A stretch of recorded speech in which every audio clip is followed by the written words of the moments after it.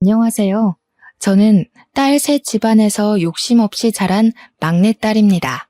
제게는 나이 차이 좀 나는 연년생 언니들이 있어요. 현재 저희는 다 결혼을 해서 각자의 가정을 꾸리고 있고 또 영영 등을 돌리게 된 사이이기도 하죠. 그래도 저희 가족은 다른 문제 있는 가족과 달리 나름 말썽 없이 잘 지내온 사이라고 생각했는데 사람 일은 정말로 모르는 거더라고요. 이미 각자 다른 가정이 생긴 시점에서 남보다도 못한 사이가 될 줄 누가 알았겠습니까? 언니들 집안과 연락을 안 하고 지낸 지 좀 되긴 했는데 그동안은 이사한다고 정신없이 지냈고 지금에서야 마음의 여유를 겨우 찾았거든요. 그래서 사연을 한번 써보려고 컴퓨터를 들락날락 했었네요. 제 이야기도 이런 곳에 올라갈 수 있는지는 모르겠습니다. 만약 유명한 곳이라면 어디선가 언니네 식구들이 들을 수도 있겠죠? 솔직히 제발 언니들 귀에 들어갔으면 좋겠다는 생각도 듭니다. 그렇다면 언니들도 자기네들이 그동안 어떤 사람으로 보였는지 깨우치고 반성할 테니까요. 반성할 거란 기대마저 제가 너무 많이 바라는 것일지도 모르겠네요. 지금부터 제가 하고자 하는 얘기를 들려드릴게요. 저의 집이 딸 셋만 있는 집안이라고 했지 않습니까? 저는 귀한 딸 셋 중에서 가장 빨리 결혼을 했고 또 가장 어려운 형편을 살고 있는 자식이기도 했습니다. 저보다 7, 8살 많은 큰언니와 작은언니는 연년생이었고 제가 태어나고 자라는 동안 둘은 이미 단짝 친구처럼 쿵짝이 잘 맞는 자매로 똘똘 뭉쳐 있었어요. 그렇다고 언니들이 제게 못살게 굴었다는 건 아니고요. 그냥 저한테 딱히 관심을 두지 않았어요. 그럴 만도 했죠. 언니 둘은 연년생이다 보니 서로 학교도 같이 다니고 사춘기도 같이 겪고 고민도 비슷했을 거 아니에요. 언니들이 걸어갔던 길을 다시 반복하고 있는 저는 언니들에게 항상 관심 받기였습니다. 그래도 제가 공부나 고민이 있으면 조언을 해주기도 했어요. 하지만 언니들과의 대화는 그 정도가 다였죠. 그럴 수밖에 없다는 걸 이해하기 때문에 저는 언니들에게 서운한 것도 딱히 없었습니다. 부모님 두 분도 언니들 신경 쓰느라 제게 크게 신경을 두지 않아서 저는 혼난 기억도 거의 없거든요. 처음부터 그런 환경에서 컸던지라 제가 이렇게 지내는 건 그저 당연하다고만 생각했어요. 가족의 무관심도 익숙해질 수 있는 요인인지 저조차도 몰랐네요. 제가 욕심 없이 큰 것에 비해 큰언니, 작은언니는 저와 다르게 학창 시절부터 실리를 좀 많이 따지는 사람이었습니다. 저는 언니들이 차려놓은 밥상에 숟가락을 얹던 사람이었다 보니 언니들이 장학금을 받거나 상을 타오는 걸 축하만 해줬지 정작 저는 그런 걸 욕심부려 도전해봐야겠다고 생각한 적이 없었어요. 두 언니들이 학교에서 수상을 잘해오면 부모님이 저희 자매를 데리고 외식을 했는데 이처럼 저는 가만히 있어도 맛있는 걸 먹을 수 있었고 가만히 있어도 용돈이 주어졌으니 아마 제가 더 욕심 없이 컸을 수도 있습니다. 제 생각에도 언니들과 제가 부모 아래서 자랐는데 이렇게 다른 성향을 띨 수 있나 싶어 신기했어요. 저는 가족의 관심 말고는 뭐 하나 부족한 것 없이 컸다 보니까 돈에도 욕심이 없는 사람이었거든요. 그런데 언니들은 좀 달랐어요. 부모님과 외식하는 걸 좋아하는 저와 다르게 부모님이 주는 용돈에 집착을 많이 했었죠. 그리고 대학을 가면서 독립을 시작했을 때는 하고 싶은 쪽으로 전공을 선택하기보다는 돈이 되는 전공으로 진학까지 했어요.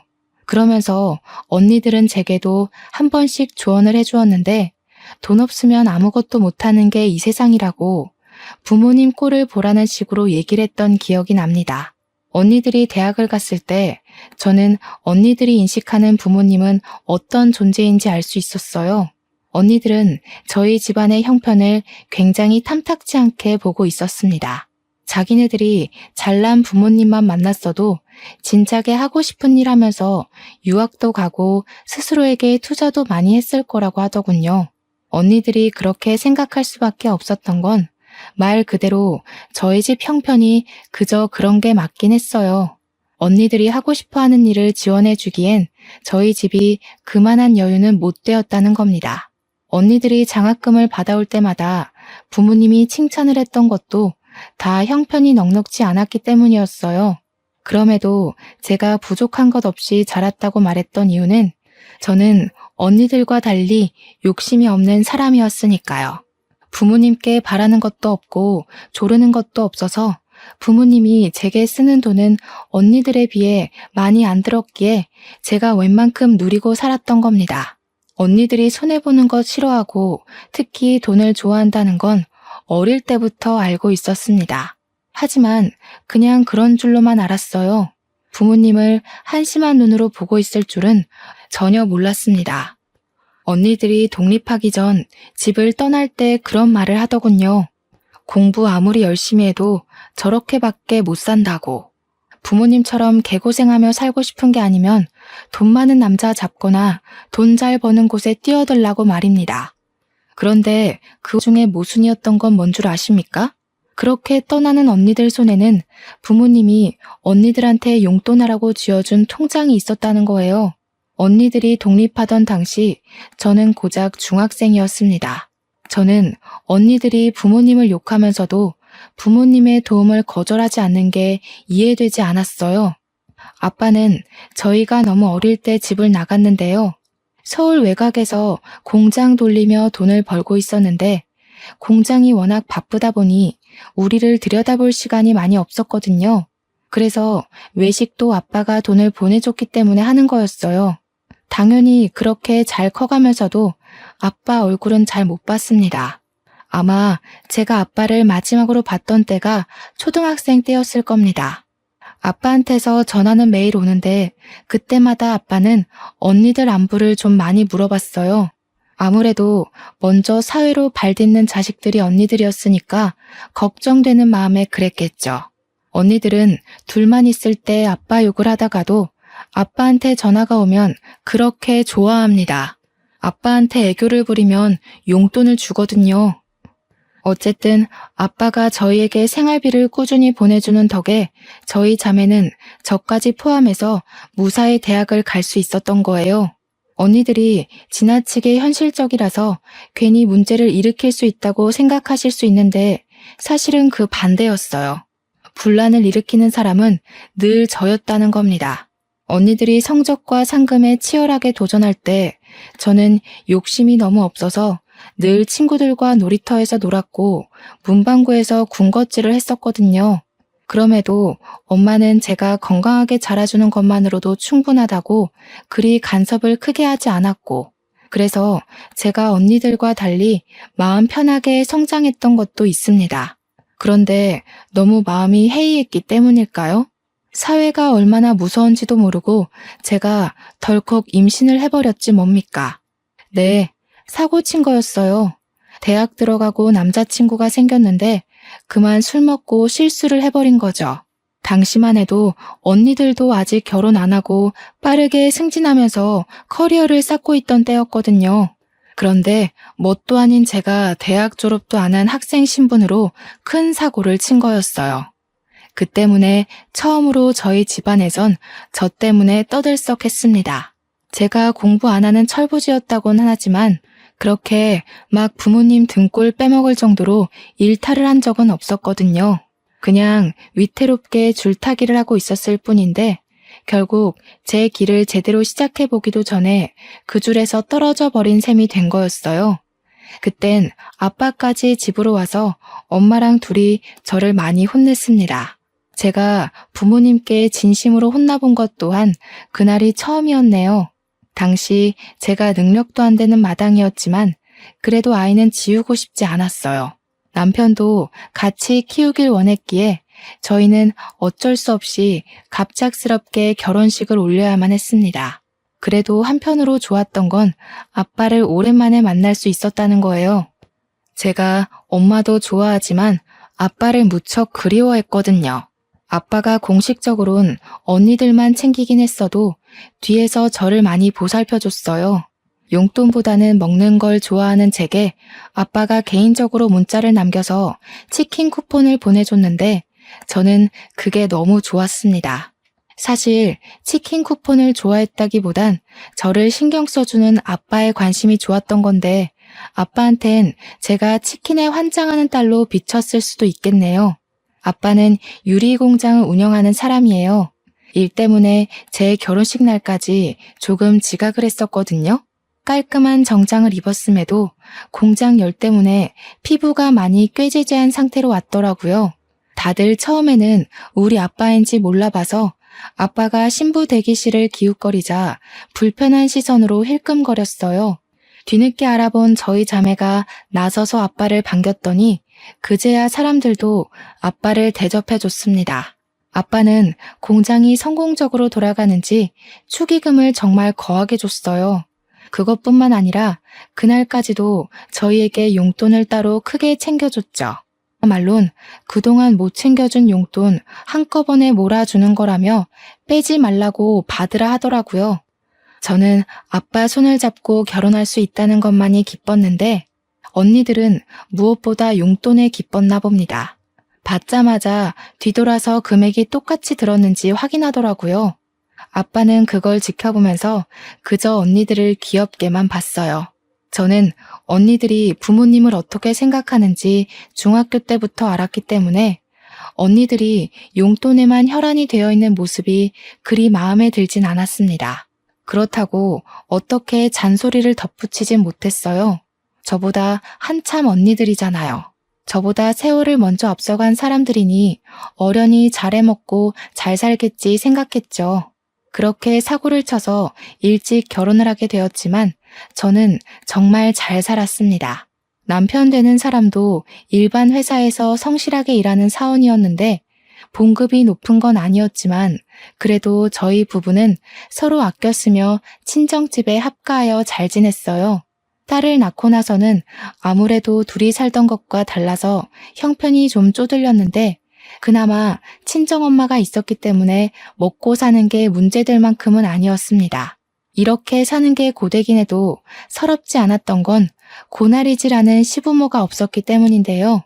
시부모님은 남편 어릴 때 일찍 돌아가셔서 남편은 친척 집에서 컸다고 했습니다. 저보다 남편이 더 결혼을 하고 싶어 했는데 그 이유는 남편 말로는 결혼을 하면 친척 집에서 완전히 독립할 수 있었고 그립던 가족이 돌아온 것 같다고 했어요. 아마 한량으로 살던 제 마음을 단단하게 붙잡아준 사람이 남편이 아닌가 싶어요. 부모님이랑 언니들도 저에게 이렇게까지 가정에 대한 책임감을 갖도록 만들어주진 못했는데 남편의 진심을 통해서 저는 아이와 남편에게 최선을 다하는 가족이 될 거라고 다짐했거든요. 그래서 남편만 벌이를 해오는 것이 마음 불편했어요. 아무래도 애를 키우려면 남편 혼자서 경제 부담하는 건 힘들 테니 저도 일을 하고 싶더라고요. 하지만 문제가 뭔지 다들 아시죠? 아이를 봐줄 사람이 필요하다는 거요.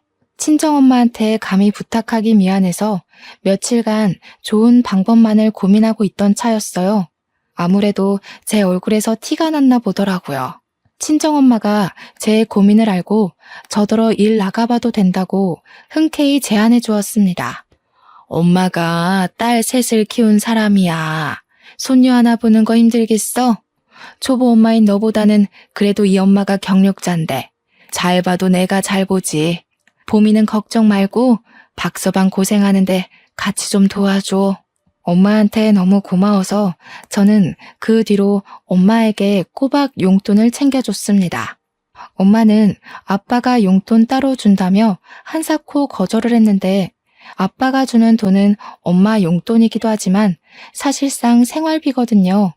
물론 이제 저희 자매가 다 커서 생활비가 넉넉하게 남긴 할 겁니다. 그래도 엄마가 자식 덕 보는 기분을 느끼게 해주고 싶었어요.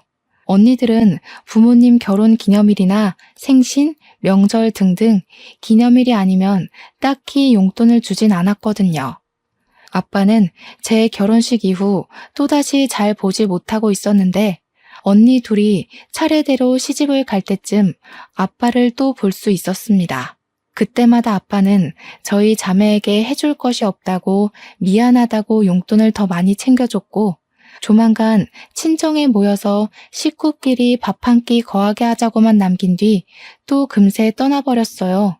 항상 그랬던 일이니까 저희는 아빠를 수년에 몇 번 보는 걸로 쉽게 만족했습니다. 언니들은 제게 조언했던 것처럼 정말 돈 많은 남자들한테 시집을 잘 갔어요. 형부들이 전부 사업으로 성공한 사람들이라서 친정 부모님의 도움 없이 잘만 살았습니다. 그 때문에 저는 어릴 때부터 나만 지금까지 가장 복병인 자식인 줄 알았어요. 언니들이 욕심이 과하다고 하더라도 저렇게 부모님 속 안 썩이고 잘만 사는데 저만 엉터리로 살아왔다고 생각이 들었어요. 부모님한테 죄송해서 결혼하고 난 뒤 더 효도하고자 신경을 많이 썼습니다. 그러나 자식의 진짜 얼굴은 부모에게 문제가 터졌을 때 나타난다는 걸 뒤늦게 알았어요. 엄마 건강에 적신호가 켜졌을 때가 되어서야 문제아는 제가 아니라 언니들이었다는 걸 확실히 확인했죠. 엄마는 잘 지내다가도 한 번씩 가슴 중앙이 아프다고 두드리길 몇 번 그랬는데 한날 주방일 보다가 명치 부근을 부여잡고 주저앉은 적이 있었어요. 마침 저랑 남편이 있었기에 병원으로 바로 옮겨질 수 있었는데요. 그날 엄마는 협심증 판단을 받았습니다. 그땐 아빠가 하필 해외 출장을 나가 있을 때였거든요. 제가 아빠한테 개인적으로 연락을 해 엄마 상태를 알렸지만 아빠는 한국으로 곧장 들어오고 싶어도 그럴 수가 없었어요. 코로나 시국 때문에 비행기 운행이 중단돼서 한동안 난리가 났었잖아요. 저희 아빠가 바로 그 시기에 걸려 해외에서 오도 가도 못하는 상태가 돼버린 겁니다. 아빠는 저에게 엄마를 잘 부탁한다고 하면서 귀국할 방도를 찾아보겠다고 엄마 치료에 돈 아끼지 말고 무슨 일 있으면 연락만 주라고 했습니다. 저는 두 언니들한테도 연락을 했는데요. 제 연락에 늦게나마 도착한 언니들은 형부랑 같이 왔더라고요. 그런데 적어도 병문안을 왔다면 괜찮냐는 말 한마디는 물어야 정상이 아닌가요? 언니들은 그런 안부도 안 묻고 엄마한테 인사도 안 하더니 증상이 구체적으로 뭐냐고만 묻는 거 아니겠습니까? 언니들 태도가 불쾌했지만 저는 늘 언니들에게 분란을 조정하는 사람이 아니었기에 고지곧대로 엄마 병세가 어떤지 설명을 해주었습니다. 그랬더니 큰언니가 저를 몰래 병실 밖으로 데리고 나와서 은밀하게 뭔가를 묻더라고요. 지금 생각해도 기가 찬데 엄마가 아픈 마당에 장년아 되는 사람한테서 제가 무슨 말을 들은 줄 아시나요? 너 엄마랑 계속 같은 집에서 지냈다고 했지? 그럼 혹시 엄마가 따로 사망보험금 들어놓은 거 있는지 알아? 아빠한테 들은 거 없어? 사망보험금? 그런 건 모르겠는데. 내가 어디 그런 거에 관심 있는 사람인가. 근데 그건 왜? 엄마가 돌아가신 것도 아닌데 그런 걸 왜 물어? 설마 언니, 엄마 돌아가신다고 보는 거야? 목소리 낮춰. 넌 내내 엄마랑 같이 살았으면서 그런 것도 모르니? 그리고 협심증이 왜 오는지 모르지? 엄마 저렇게 쓰러질 정도로 크게 온 거면 이미 심각성이 극에 달했다는 거야. 너 아니었으면 엄마 이미 이 세상 떴을 거라고. 무슨 말을 그렇게 쉽게 해. 엄마가 위험할 뻔했던 거 맞아. 그래서 지금 치료 잘 돼서 회복 중이잖아. 그럼 다행이라고 생각해야지. 지금 언니 말은 엄마가 큰일 날 뻔했으니까 챙길 거 먼저 챙기자는 말로 들리는데 큰언니는 저를 애보듯 고개를 절레절레 저으며 혀를 끌끌 찼습니다. 저더러 인생 힘들게 살 것 같다고 하더니 저를 지나쳐 병실 안으로 들어가 버리더라고요. 그리곤 엄마한테 보험금 얘기를 직접 물어보는 거 아니겠습니까? 그때 엄마가 잠깐 정신 잃었던 걸 막 회복해서 저희 남편이 돌봐주고 있던 참이었거든요. 그런데 거기다 대고 큰언니가 엄마한테 사망보험금 얘기를 했다니까요. 너무 황당해서 제가 황급히 큰언니를 말렸는데 엄마는 이미 언니 의도를 알아듣고 눈치챈 것 같았습니다. 그 상황에서 작은 언니는 큰 언니가 아닌 저를 말리는 거 아니겠어요? 작은 언니 말이 이럴 때는 가만히 있는 거라고 뭘 모르면 빠져있으라더라고요. 형부들도 똑같았어요. 남편과 제가 상대적으로 어린 편에 속하니까 다들 저희들을 무시하는 경향까지 있었습니다. 솔직히 기분은 엄청 상했지만 제가 나서서 분위기를 뒤엎을 수는 없었어요. 당시에는 제가 아직 젊은 편이라서 제 주위에 잘못돼서 돌아가시는 사람들이 없거든요. 그렇다 보니 원래 사람이 잘못되면 사망보험금 같은 걸 제대로 따지는 게 맞는 건가 싶어서 살짝 긴가민가 했기 때문입니다. 하지만 제 남편도 두 언니들과 형부들의 행동을 이해 못하는 걸 보면 역시 그 모든 게 정상적인 분위기는 아닌 듯 했습니다. 저는 그날로 언니들에게 정이 많이 떨어졌어요. 차라리 언니들한테 연락하지 말 걸 후회도 했고 앞으로는 연락이나 안부를 넣지 말아야겠다고 다짐도 했죠. 엄마는 입원이 불가피할 정도의 상태였기 때문에 치료를 위해서 입원을 해야만 했습니다. 저는 엄마를 간병도 해야 되고 아이도 봐야 해서 어쩔 수 없이 일을 그만둬야 했어요. 최대한 제가 엄마 옆에 있을 거지만 그래도 아직 우리 딸이 아기다 보니까 아이를 하루 종일 병원에 둘 수 없잖아요. 엄마도 아이 때문에 마음이 불편하다고 해서 저는 할 수 없이 언니들한테 연락을 해야 했습니다. 웬만하면 언니들한테 엄마를 부탁하고 싶진 않았는데 간병인에 돈 쓰지 말라는 엄마 말 때문에 다른 방법이 없어서 결국 연락했어요. 같이 서울에 있는 언니들한테 전화해서 순번 돌아가며 엄마를 간병하자고 했습니다. 형부들 믿고 주부로만 놀고 먹던 언니들은 흔쾌히 알겠다고 하더라고요. 사람 속이 그리 쉽게 변하는 게 아닌데 언니들이 쉽게 수긍하는 바람에 제가 아주 잠시 언니들에게 기대를 했었네요. 언니들은 병실에 와서 엄마 얼굴 한번 보고 휴대폰만 하다가 1시간 만에 쌩 돌아가 버리곤 했대요. 이 사실도 엄마가 얼렁뚱땅 말해줘서 심증만 있었는데 우연찮게 제가 병실 들릴 일이 있어서 갔다가 직접 언니들의 나태를 목격했습니다. 그때 제가 작은 언니를 붙잡고 어디 가냐고 물어봤던 걸로 기억나요. 저녁 먹는 시간까지 엄마 곁에 있어줘야 하는데 언니가 오후 2, 3시쯤 병실을 나가더라고요. 제가 붙잡았을 때는 당황하기는커녕 오히려 뻔뻔하게 저더러 잘 왔다고 엄마 좀 봐달라는 거 있죠. 형부들 사업 도와야 된다고 길게 자리를 비울 수 없다네요. 학교 다닐 때는 부모님한테 그렇게 칭찬받으려고 악착같이 상 받아오고 상금 타오던 언니들이 이제 자기들만의 목표를 달성했다고 생각한 건지 돈 많은 형부들에게 시집가고부터는 거의 친정의 발길을 끈다시피 살았어요. 엄마 간병하는 것만 봐도 자식 같지도 않았다니까요. 제 자식들도 아닌데 보면 제가 다 서운하더라고요. 참다 못한 제가 홧김에 엄마한테 언니들 욕을 하면 엄마는 그저 괜찮다면서 요즘 사람들 바쁜 거 모르냐고 다 포용하는 거 아니겠습니까? 부모님이 가만히 계신데 제가 괜히 나서서 뭐 하겠어요? 언니들처럼 배경 좋은 집에 시집을 간 것도 아니고 함부로 누굴 덤빌 만큼 돈이 있는 것도 아닌걸요.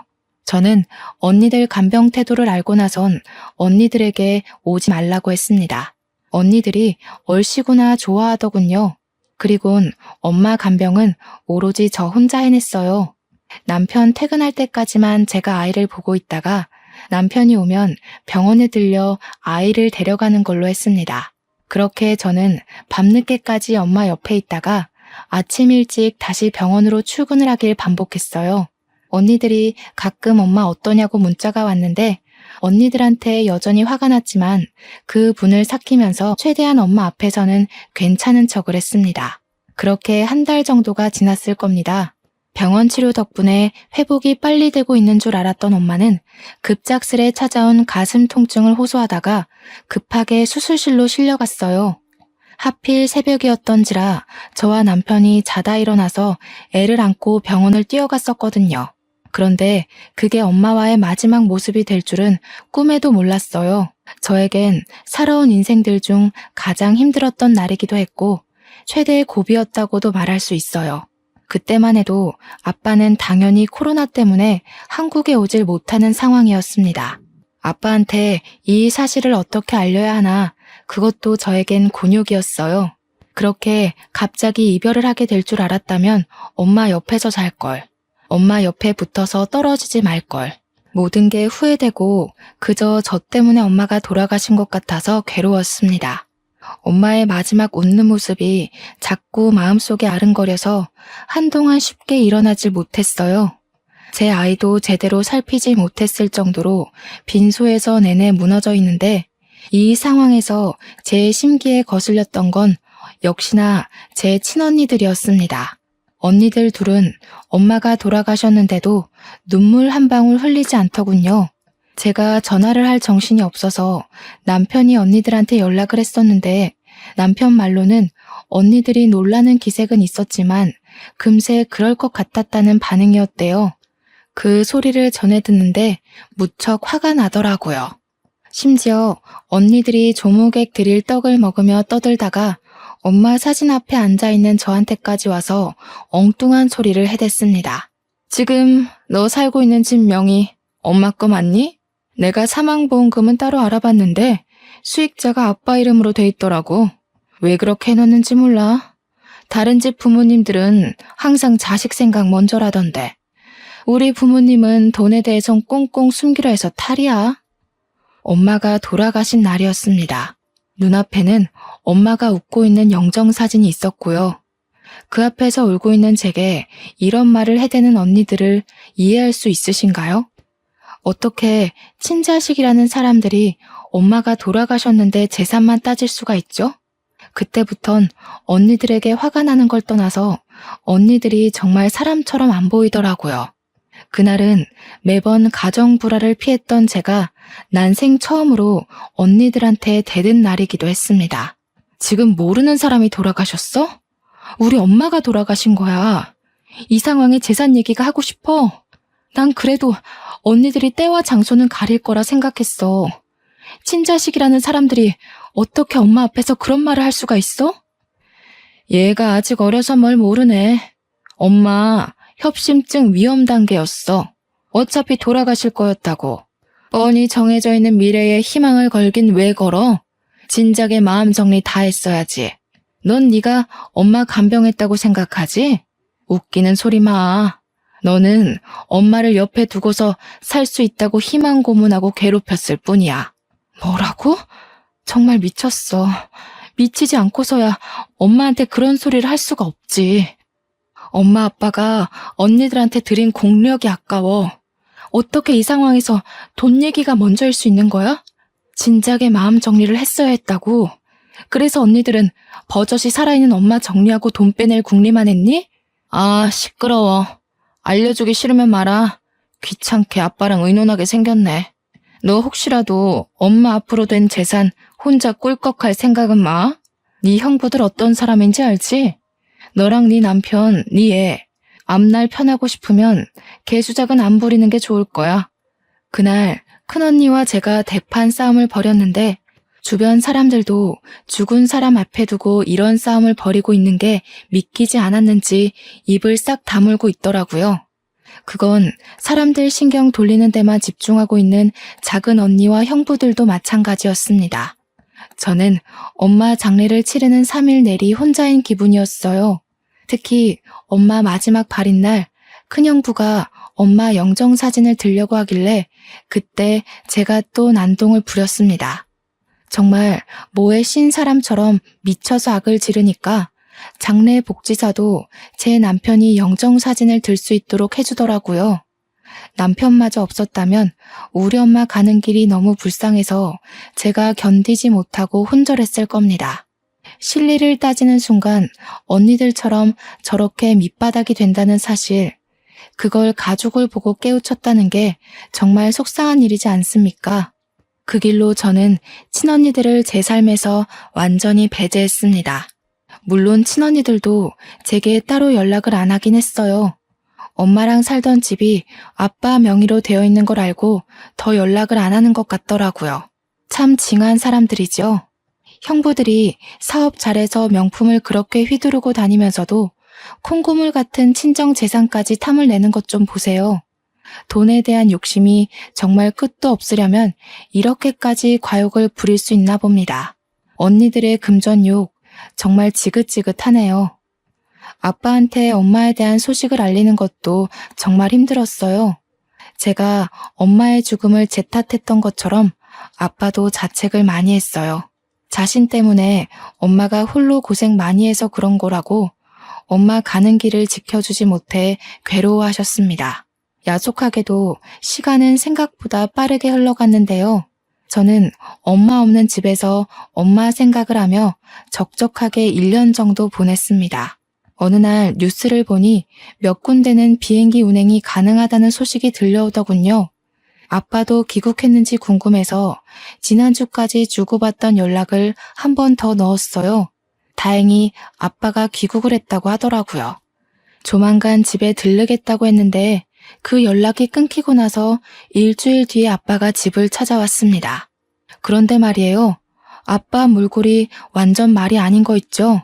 아빠가 아빠 입으로 신원을 증명해주지 않았다면 그냥 동네 거지가 초인종을 눌렀다고 생각했을 정도였습니다. 그만큼 아빠는 노숙인 몰골로 집 앞에 서 있었어요. 아빠, 도대체 무슨 일이 있었던 거예요? 어쩌다가 이런 고생을, 추운데 옷까지 얇게 입으시고, 일단 들어오세요. 들어와서 얘기해요. 시기가 겨울이었는데 저희 동네가 유독 바람이 많이 도는 곳이라서 더 추웠거든요. 그런데 아빠는 누더기 같은 티셔츠만 입고 있고 겉옷은 안 입고 있더라고요. 감기라도 걸릴까봐 얼마나 걱정이 되던지. 얼른 따뜻한 곳으로 모셔야 될 것 같아서 아빠 손을 잡고 안으로 안내했습니다. 보일러를 후끈후끈하게 틀고 따뜻한 차를 준비했어요.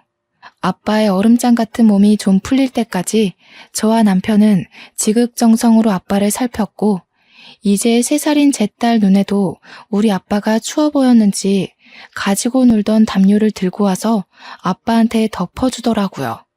아빠는 제 딸이 걸음마도 못할 때 2번 정도 보고는 오랜만에 보는 거였어요. 아빠가 제 딸한테서 눈을 못 떼는 거 있죠? 예봄이가 참 많이 컸구나. 어쩜 너 어릴 때랑 이렇게 똑 닮았니?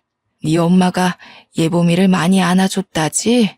아이고, 이 할아비도 우리 손녀 좀 안아봐도 될까? 제 딸의 할아버지 되는 입장으로서 손녀를 안아보는 건 당연하다고 보는데 아빠는 마치 허락 없이는 제 딸에게 손을 못 댈 것처럼 조심하더라고요. 제가 당연히 된다고 무슨 그런 말을 하냐고 했더니 아빠가 너털하게 웃으면서 제 딸을 안아보았어요. 딸 입장에선 한 번도 본 적 없는 할아버지가 낯설었을 텐데도 마치 원래 알던 사이처럼 친근하게 안기는 거 있죠? 저희 부부야 괜찮지만 솔직히 딸에겐 아빠의 키키한 냄새가 후각을 찔렀을 텐데도 딸은 아랑곳 않고 아빠 휴대폰에 달린 장식고리를 갖고 놀더라고요. 아빠가 제 딸을 안고 있는 모습을 보니 엄마가 겹쳐 보여 괜스레 마음이 찡 울렸습니다. 그보다 얼굴 못 본 세월 동안 아빠한테 대체 무슨 일이 있었던 건지 무척 걱정이 되었어요. 아빠, 무슨 일이 있었는지 저희한테 말해줄 수 있어요? 저희는 당연히 아빠가 공장 때문에 바쁘게 지내는 줄만 알고 있었는데 그게 아니었던 거예요? 아무래도 시국이 이렇다 보니 내가 운영하던 공장도 문을 닫게 되었어. 어떻게 해결해 보려고 해외까지 나갔더니 그게 이렇게까지 발목을 잡힐 줄 몰랐네. 해결도 못하고 그만 개털이 되어버렸지 뭐야. 세상에, 고생 많았겠어요. 아빠가 그렇게 고생하고 계시는 줄도 모르고 저희는 저희 사느라 바빴네요. 엄마가 아빠 정말 보고 싶어 했는데 아빠 힘든 거 아셨다면 엄마도 걱정 많이 했겠죠? 그래서 내가 더 말 못했어. 정말 아빠로서 면목이 없구나. 딸아 정말 미안하지만 내가 지금 가진 것이 하나도 없다. 당장 갈 곳도 없어서 그러는데 나 좀 걷어줄 수 있겠니? 제가 자식인데도 불구하고 조심스레 눈치 보며 묻는 아빠의 말이 너무 가슴 아프게 박혔습니다. 아빠는 항상 우리를 위해서 거의 반평생을 타지에서 고생하느라 가족과 시간도 못 보냈고 또 엄마 돌아가시는 길도 못 봤지 않습니까? 제가 아빠 입장을 대신 생각해도 이렇게나 속상한데 정작 아빠는 혼자서 얼마나 괴로웠을까 싶더라고요. 아빠, 그게 무슨 말이에요? 당연히 우리가 모셔야 마땅한 거지. 더 이상 일할 생각은 말고 앞으로는 푹 쉬어요. 저희가 일하면 되니까 걱정 마시고요. 제 말에 남편도 흔쾌히 동의하면서 아빠가 자신 때문에 눈치 보지 않도록 계속해서 아빠를 위로해 주었습니다. 그러자 아빠가 한동안 말이 없더니 갑자기 흐느끼기 시작하더라고요. 딸이 아빠 얼굴에 손을 깔짝깔짝 대면서 눈물을 닦아주었고 남편은 얼른 휴지를 가져와서 아빠한테 드렸어요. 아빠는 남편에게 고맙다고 하면서 뒤이어 갑자기 눈물을 보인 이유를 말해주었는데요. 그 사실이 제 인생을 바꿨고 당혹스러운 충격을 안겨주었습니다. 내가 너희 집에 오기 전에 하루 이틀 간격으로 큰애랑 둘째 집에 들렀다가 왔다. 그런데 그 녀석들 둘 다 거지꼴이 된 나를 모른 채 하더구나. 그러니까 아빠 말씀은 아빠가 귀국했다는 소식을 연락받은 큰언니가 아빠가 집을 당도했을 때 엄청 반기면서 문을 열었대요. 그런데 아빠의 몰골과 거지꼴이 된 사연을 듣자마자 얼굴색 싹 변하면서 아빠를 모른 척했다고 하더라고요. 그리고 작은 언니 또한 아빠 꼴을 보자마자 놀란 표정을 짓더니 아빠인 걸 막 부정하면서 경찰에 신고할 거라고 협박까지 했다더라고요. 아빠가 맞는다는 걸 알아채고 나서는 아빠를 밀어내며 형부랑 같이 대놓고 문전박대를 했다고 했습니다. 아빠는 두 언니들 대응을 회상하며 또 한 번 상실감을 느꼈는지 휴지로 눈물을 몇 번 더 훔쳤어요. 같은 배에서 나온 자식이라도 이렇게 다를 수 있다는 걸 네가 알려줬구나. 너희 엄마가 먹여주고 키워주면서 그 고생을 했는데 이 천벌받을 것들. 아무짝에 쓸모없는 그런 자식들은 나도 더 이상 필요가 없다. 우리 막내딸, 네가 엄마 마지막 가는 길도 외롭지 않게 지켜줬다고 했지? 이 돈 받거라. 아빠의 뒷주머니에서 꼬깃꼬깃 꺼낸 것을 제게 내밀었습니다. 좀 많이 해진 통장이더라고요. 그리고 그 안에는 무려 18억의 숫자가 기재되어 있었습니다. 저랑 남편은 놀라서 이게 뭐냐고, 이 돈을 왜 우리를 주냐고 했는데 그 다음 아빠가 해주는 말이 제게 두 번의 충격을 안겨주었습니다. 아빠가 사실은 저희 자매를 시험해보기 위해 일주일간 거짓말을 해왔다는 거 아니겠습니까? 무슨 말인지 이해를 못해서 대답을 안 하고 있었는데 아빠가 착잡한 마음으로 설명해 주더라고요. 미안하구나. 나도 아빠로서 이래선 안 된다는 거 알지만 너희들 효심을 보기 위해서 일부러 시험을 한 거란다. 엄마가 죽기 전에 나한테 연락이 왔었어. 큰딸이 사망보험금에 대해 물었다고. 그 소리를 듣는데 내가 심장이 얼마나 떨리던지. 내가 가진 재산을 너희에게 공평히 나눠주면 안 되겠다는 생각이 들더라고. 아빠가 공장이 망한 건 거짓말이래요. 해외로 출장을 갔던 건 공장을 살려보기 위해 도움을 청하러 간 것이 아니라 공장이 잘 돼서 해외로 확장이 되었기 때문이라고 했어요. 단순히 우리 자매의 인간성을 시험하기 위해 일부러 거짓 분장을 하고 나타난 거라고 했습니다. 엄마가 아빠한테 큰언니 말을 전하면서 아빠 또한 큰언니와 작은언니의 욕심을 어느 정도 예측하고 있었다고 하더군요. 그 말은 엄마도 말만 안 했지 큰언니 작은언니가 잘못된 길로 빠지는 걸 알고 있었던 듯 싶습니다. 아빠와 엄마는 서로 공유 안 하는 얘기가 없을 만큼 애틋한 사이였으니까요. 아빠는 그래도 친자식이니까 마지막 기회를 주고자 큰언니 작은언니에게 거짓골을 보였던 건데 언니들이 돈 한 푼 없는 자신을 내팽겨치는 걸 보고 그만 언니들에게 정까지 뗐다고 했습니다. 그리고 사실은 저에게 제일 기대를 안 했다고 했어요. 제가 잘 못 살고 있다는 걸 아빠가 알고 있었다고 하더라고요. 아마 엄마가 저희 부부와 같이 살면서 저희 부부 형편을 아빠한테 공유했겠죠. 그래서 아빠는 형편 힘든 저에겐 시험을 해보지 않으려고 했대요. 그럼에도 저희 집에 거짓골로 나타났던 이유는 어디 들리지를 못해서 그대로 저희 집을 찾았던 거래요. 근데 제가 아빠를 보자마자 보인 행동이 언니들처럼 차가운 응대가 아니라서 놀랐다더군요. 오히려 제가 자신의 더러운 손을 붙잡아주는 바람에 저에게도 슬쩍 시험을 해봤다고 했습니다. 제가 어려운 형편임에도 아빠의 신세를 기꺼이 받아준 것에 아빠가 감동을 해서 온 거라고 했어요. 그러면서 하는 말이 아빠가 모든 재산을 저에게 상속하겠대요. 제게 현금으로 준 18억 외에 공장 지분과 아파트, 그리고 다른 부동산 소유물까지 모두 저한테 주겠다고 했고, 변호사까지 선임해서 유언장을 써놓을 예정이라 했습니다.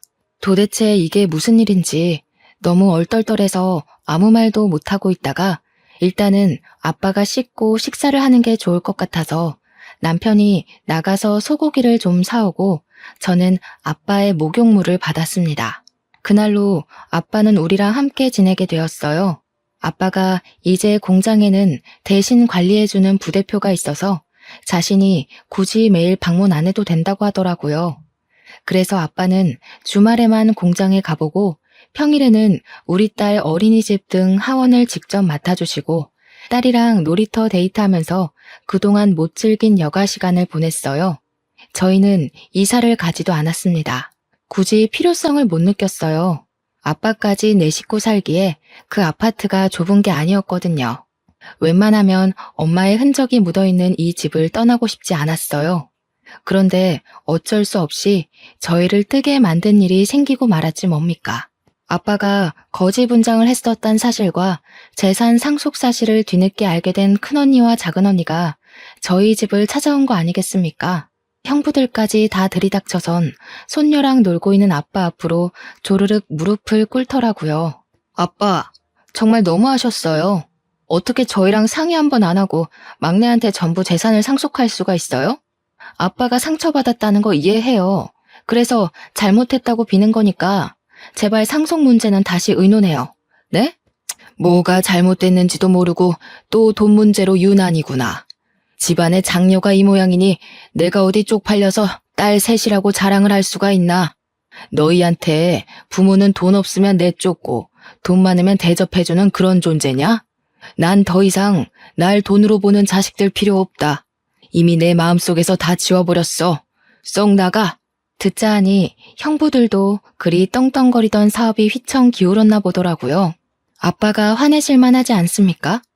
큰언니랑 작은언니가 호소하면서 잘못했다고 빌긴 하는데 어째 호소하면 할수록 더 밉상인지 모르겠어요. 뒤에서 듣는 제가 다 기가 막히더라니까요. 형부들도 사업 자금이랑 빚 때문에 아빠 재산에 목숨 매며 도와달라고 고개를 쳐받고 있는데 그걸 보면서 언니들이 참 자기네들이랑 똑같이 돈에 미친 남자를 만났구나 싶었어요. 결국 아빠는 언니들 꼴 보기 싫다면서 상 좀 그만하고 방으로 쌩 들어가 버렸습니다. 언니들이랑 형부들은 한참 아빠 방 앞에서 얼쩡거리다가 이젠 저한테까지 아빠 좀 설득해달라고 부탁하고서 나갔어요. 그리고 저희는 아빠의 권유로 결국 큰언니, 작은언니네가 모를 곳으로 이사를 가게 되었습니다. 엄마와 추억이 깃든 곳을 두고 온 것이 마음에 걸렸지만 아빠가 엄마를 직접 보러 자주 가자고 해줘서 그 집을 놓아줄 수 있었네요. 이사간 곳은 아빠가 다니는 공장과 가까웠는데 그곳이 사실 남편 직장과는 거리가 좀 멀거든요. 그런데도 남편은 한마디 불평 안 하고 아빠가 선택한 집으로 이사를 했는데요. 아빠가 그쪽으로 이사간 이유가 다 있더라고요. 자네, 나랑 같이 공장 일 해보지 않겠나? 내가 이제 슬슬 건강에 신경 써야 될 나이잖아. 우리 딸이랑 같이 공장 인계 받으면 좋을 것 같은데. 어떤가? 예? 제가 어떻게 그 큰일을... 전 그리 그릇이 큰 사람 아닙니다, 장인어른. 혹시라도 제가 했다가 공장 잘못되면 저 책임질 능력도 못 돼요. 처음엔 남편이 공장 규모에 놀라서 대표 인계를 마다했는데 아빠가 성실함만 갖추고 있다면 누구나 할 수 있는 일이라고. 아빠가 본 사람들 중 제 남편이 제일 성실하다면서 용기를 주어서 그 제안을 받게 되었습니다. 남편은 아빠한테 너무 감사하다고 눈물을 흘렸어요. 현재 남편은 아빠와 같이 공장으로 출퇴근하면서 인수인계 받는 중입니다. 아빠는 정말 남편한테 공장 대표를 온전히 떠맡길 생각으로 정말 꼼꼼하게 가르치고 있어요. 남편이 힘든 내색 안 하고 잘 따라주는 게 얼마나 자랑스러운지 모릅니다. 저는 딸이 좀 더 크면 뒤이어 배워볼 생각이에요. 아마 이대로라면 자식이 2명, 3명 있더라도 무리 없이 키울 수 있을 여건이 될 것 같아요. 이게 다 저의 위대한 아빠 덕분이겠죠. 저희 자매 중 가장 가난했던 제가 한순간에 대박 부자가 된 셈이니 정말 남부럽지 않게 아이를 키워볼 생각입니다. 아빠도 손녀가 못하는 것 없이 다 누리며 크길 바라시더라고요. 그러면서 저보고도 과거에 형편 어려워서 못 해봤던 것들 다 해보라고 꼬박 용돈도 주시는 거 있죠. 모든 게 행복하고 좋은데 이런 자리에 엄마가 함께 있었다면 더 좋았겠다 싶어 아쉽지 뭐예요. 엄마도 하늘 위에서 저희처럼 마음 편히 즐기고 계실 거라 믿습니다. 그리고 언니들이랑 형부는 제가 몰라 그 동네 찾아가서 소식을 들었는데 아파트 살 능력이 못 돼서 어디로 이사를 간 것 같더라. 언니네 집 둘 다 우편함에는 밀린 관리비가 잔뜩 쌓여 있었어요. 그리고 작은 언니 우편함에는 상간녀 소송장까지 날라와 있었습니다. 아무래도 작은 형부가 망했다 보니 작은 언니가 다른 방편으로 불륜을 저질렀나 봐요. 정말 끝도 없는 밑바닥이네요. 아빠 말대로 저희가 같은 엄마 배에서 나온 게 맞나 싶습니다. 그나마 가족이기 때문에 이만큼 관계를 끌고 왔던 거지 남이었다면 애초에 얼굴조차 마주할 일 없었을 사람이에요. 앞으로라도 길 가다가 마주치는 일 없었으면 좋겠습니다. 제 이야기는 여기까지예요. 가족인데도 불구하고 참 답 없는 사람들이죠. 남도 아니고 가족이 이런 꼴이면 진짜 많이 힘든 것 같아요. 청취자분들 주위에는 이런 위험한 인물들이 없었으면 좋겠네요. 그만 인사드리겠습니다. 들어주셔서 감사해요.